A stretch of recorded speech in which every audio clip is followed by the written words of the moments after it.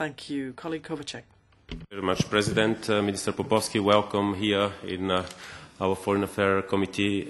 You can be sure that the biggest part of our members are supportive to your country, to all Western Balkans countries, but especially to Macedonia. And I can say from my experience that Bulgaria has the biggest interest that Macedonia becomes as soon as possible a member of the European Union, because I think this is the only one possibility to overcome the injustice what's happened in the past. The history is as it is. We cannot change the history. We should not manipulate the history.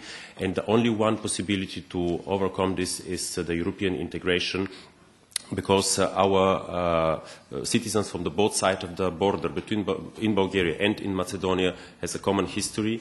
They suffered a lot in the past, and we need to pave the way for them for freedom and for prosperity together in Europe, where the borders will become only symbolic.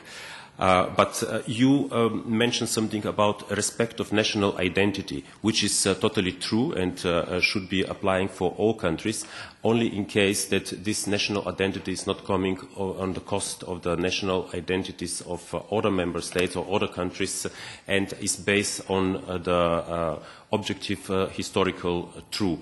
Any kind of continuing to follow the old Yugo-communist ideology of mythology of the history is not going in the right direction of the European values and tolerance between the member states in the European Union. So my concrete question is, are you going to follow the recommendations of the European Parliament, repeated in many resolutions of the European Parliament, that as a confidence-building measure we need to start to celebrate together our common history? History, despite of the wish of some people who deny this, is common for our countries, and we need to celebrate it together and not try to divide it. Thank you very much.